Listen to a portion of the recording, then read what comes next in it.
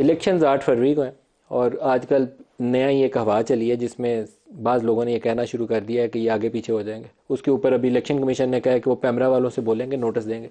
अब नोटिस या supreme court के ऑर्डर से ये गुफ्तगू बंद नहीं होगी। कोई इशू है ऐसा जिसकी वजह से ये शकूक पैदा हो रहे हैं या बहाम पैदा हो रहे हैं? नहीं, कोई इशू नहीं होना चाहिए। नहीं होना चाहिए। इलेक्शन कमीशन ने खुद डेट दी है, उनको इलेक्शन होल्ड करना उनकी आईनी जिम्मेदारी है। तो 8 फरवरी को इंतखाबात होंगे? जी होंगे, क्यों नहीं होंगे?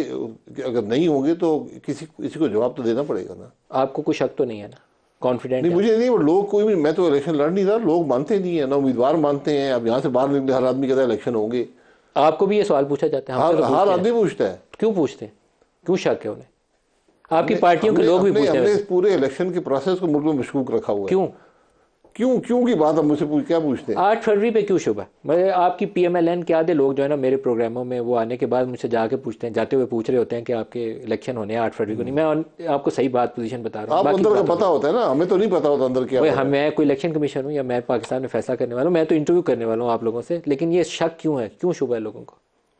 नहीं, हमारे पूरे इलेक्टोरल प्रोसेस में लोगों को शुभ है। क्यों?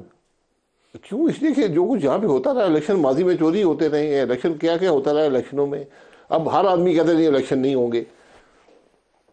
हर आदमी कह रहा है। आज यकीन करें, आपको बहुत कम लोग कहेंगे इलेक्शन टाइम पे होंगे। देख, अभी मैं तो कहता हूँ ये इलेक्शन करवाएं टाइम पे, जो 8 का टाइम दिया है, 8 फरवरी।